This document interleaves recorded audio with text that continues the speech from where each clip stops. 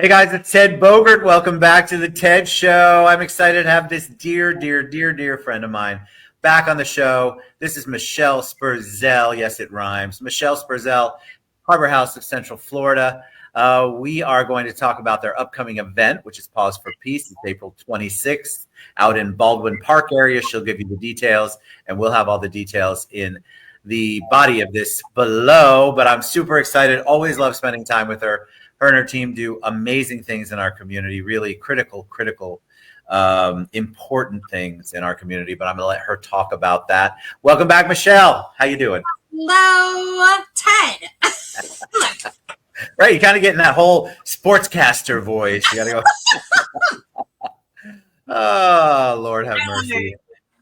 So, you know how much I adore you, and I love everything that you and your team do, and the services that Harbor House provides are. I just want you to tell them about that, because unless you've been under a rock or haven't seen my show, you might not know the amazing services that Harbor House provides. So tell them a little bit about you, and then let's talk about Harbor House. A little bit about me. So I have been at Harbor House for 8 years. Cannot believe it that I've been here this long. So as far as Paws for Peace is concerned, this is my 8th Paws for Peace. It's a wonderful event. I am a huge dog and cat and mostly any type of animal lover. I love horses as well.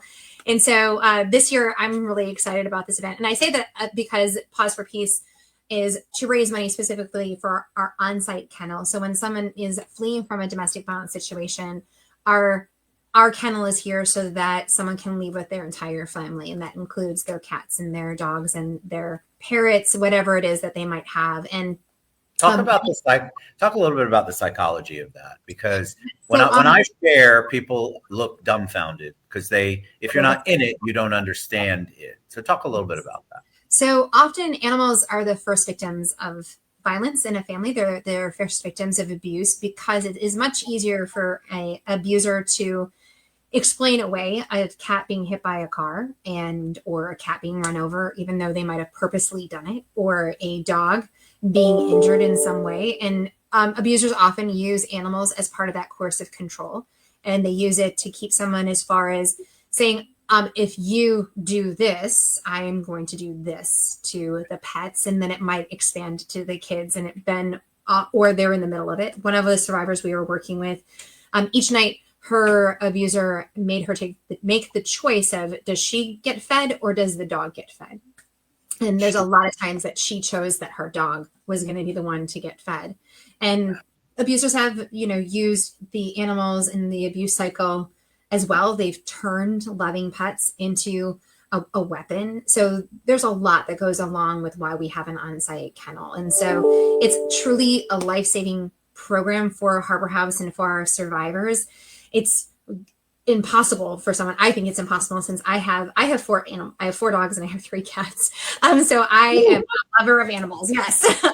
It is not dog hair. It is dog glitter. Just so dog glitter. I'm going to use that. Dog glitter, not dog hair, especially now that I have a black lab and there's black hair everywhere. But going back to it, we have the on-site kennel as well, because it is important for an entire family to come in. And we are oftentimes survivors who don't have access to a domestic violence center that allows pets. They have to make that choice of them or leaving their pet behind, and knowing if the abuser is hurting them, that the likelihood of them hurting or killing the animal is much higher. And when I was running the domestic violence center in the Panhandle of Florida, Shelter House, that's exactly what happened. We had a survivor who came in. She was a breeder. She bred German Shepherds. And so when she called home to check on her German Shepherds, while she was on the phone, the abuser shot them. Oh. And at that point in time, I just said, no more. We have to change how we're doing this. And so that was up in the Panhandle. I opened up a kennel up there. And then when I got to Harbor House, we already had the kennel. And so when I say that it is a life-saving program, it is for the animals, and it is also for their people. And it's really one of my favorite things to see when the dogs are out there running in the yard, to see the kids playing with their dogs. We've gone through 3 couches in the cat room. You know, in my 8 years, 3 couches, just because they get loved on. That's all it is. Yes. It's a great, great program. And Paws for Peace really raises the dollars for us to be able to operate it, that and other private donors. But And the awareness, right? Like awareness for sure. I think people don't. I'm so glad you shared that, and thank you, because I feel like if you're not in it, you don't think of it. You would only really know it if you were touched by it in some way, shape, or form, and it had your pet threatened or had it used against you. But when I share that with people, and most people are animal lovers of just they totally 100% get it. And so what I love about Paws for Peace is a walk and run. So tell them, I'm going to give you front and center. Tell them a little bit about Paws for Peace and what people can do and who they can bring and all the good stuff. So Paws for Peace, it is going to be on April 26th. This is going to be our 14th year that we're doing the event. It is a walk. It's a 1 mile walk and then also a 5K run. We added the 5K last year. And the reason why we added the 5K is because we had a lot of people who wanted to run with their dogs. So, you know, God bless them. I know. For them. I get pulled by my dog. So I go running with them. It makes me like I'm an Olympian champion. I mean, he's pulling me. I'm like, this is the easiest thing ever. But for the 5K, it's going to be starting. We moved the event from Blue Jacket Park to Harbor Park. And the reason why we did that is to accommodate running along the lake that's right there. And so that's going to be super cool as far as Lake Baldwin. The event itself, registration's opening up at 7:30. The run is going to be at 8. And then when the run's over or some of the last runners are coming in, we're going to do our little ceremony that we do with all the different public officials and a lot of our different donors. We talk about the largest team. We talk about the largest fundraiser. And then after that, we're going to be doing the 1 mile walk. There's a lot of vendors out there. So we're going to be doing something fun this year with a picture with an officer, and the officers are actually the emotional support dogs with the Orange County Sheriff's Office. We're super excited about that. Like we work so closely with them, and they do a lot with our survivors. And so that's going to be a really cool opportunity. We have different activities for the dogs. We have a tennis ball bob. And we also have pup-teenies for the puppies that are going to be coming out there. We have a silent auction. And so a lot of fun for the dogs and also for their people at the event. It's a beautiful event. The 5K part always blows my mind, but God bless all of those people. I love the walk part, but it's just so awesome to see everybody out there supporting Harbor House. And because all of these people obviously have a love for their pets. And I know that they have to go there in their mind, like, wow, what would I do? Or how would I handle that? And so it's very motivating and inspiring that Harbor House does such a great job. I can't believe it's 14 years. 14 years. Yeah. Next year, we're going to be 15 next year. So how do people register? Do they go to the Harbor House site? What's the best way for them to? You can go to the Harbor House website. That would be one place. If you go to events, you're going to be able to see Paws for Peace there. You can always just Google or use Safari to look up Harbor House 2025 Paws for Peace, and it will come up as well.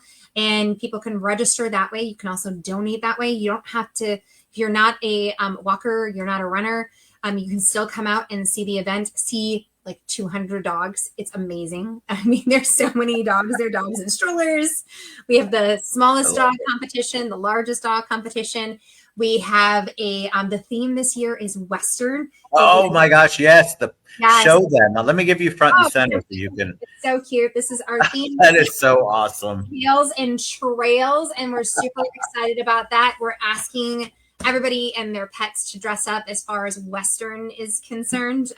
One of our ambassadors this year they are Crossroads Corral. Crossroads Corral is an equine therapy group. They do work with our survivors. And so we have Julie and Lindsay and their horse April. They're one of our ambassadors this year. So it's also us highlighting that people heal in different ways, and they heal through animals. And we want to remind people of that. That's one of the most give back that an animal can give to some of our survivors who are here is just that unconditional love and that support. And so that's another reason why this program is so, so important and so near and dear to our hearts. It's amazing. All right. So April 26th, Mm-hmm. You can go to harborhousefl.com and search for events, and you can register there. Mm-hmm. The walk, the run, there's vendors, there's silent auction. I mean, it's almost always beautiful. I know we might have had a couple of years where it's not, but it's just such a great, relaxing. You're giving back, and it's so necessary. I'm so glad that you shared that story. And then one thing I want to remember, because the last time we did the show, it was for Walk a Mile in Her Shoes, and I had so many people say, "Why didn't you ask for the number to call if they are in crisis?" And so I forgot that. So I want to make sure that you share that today, because I can't tell you how many people said you should have shared the number, Ted. That's kind. So I'm going to share two different numbers. I'm going to share the statewide number, and that's going to be for anybody who's here in the state of Florida, because I know your reach is beyond Central Florida. So it's 1-800-500-1119. That's the statewide number. And then locally for Harbor House, it's 407-886-2856. And so that's going to be for Harbor House. And so for Harbor House with the 407-886-2856, you can call that, or you could also text it. And that's 24/7. We're going to have advocates there who can help individuals who are experiencing domestic violence. They can call if they have a friend or a family member that they think might be experiencing domestic violence and they aren't sure how to talk to them about it. You can find out as far as filing an injunction and being connected with one of our attorneys. And so the crisis line is really our information line in order for people to be able to get help. It's just, what's 2025 looking as we wrap up? Are we on the rise? Are we on the, because I ask this of you every time we get on the show, because people ask me, they want to know, are we seeing a downward trend? Are we seeing an upward trend? What do you see? We are seeing, unfortunately, a lot of domestic violence homicides in our community. So we had 2 last week. So in the month of March, we had 2 domestic violence homicides. In December, we had 3. And so we know that people really need services. And so that's what we're seeing as far as the number of people coming into our emergency shelter. It's about the same. And our phone calls are about the same. And not everybody reaches out for help is what I was going to say. And that's why it's so important for us to do events like Walk a Mile in Her Shoes, which you and your team are absolutely amazing. I'm so grateful for you. And doing events like Paws for Peace and talking about the correlation between animal abuse and domestic violence, and that if someone's going to hit an animal, they will hit a person as well. There's no boundaries there.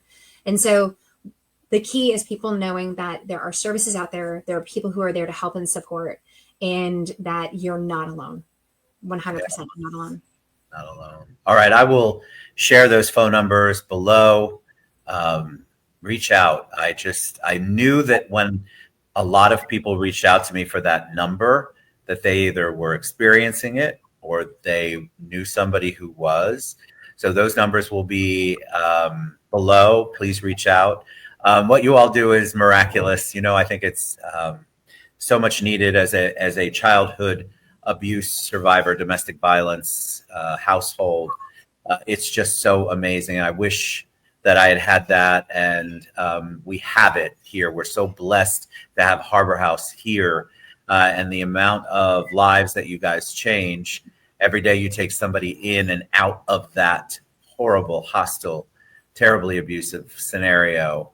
You're making generational impacts. So kudos to you guys. Big love, big thanks. Michelle Sperzel, she's the CEO, the queen, the one and only at Harbor House of Central Florida. She has an amazing team. And I would love for you guys to register for Paws for Peace, Walk and Run. It's April 26th.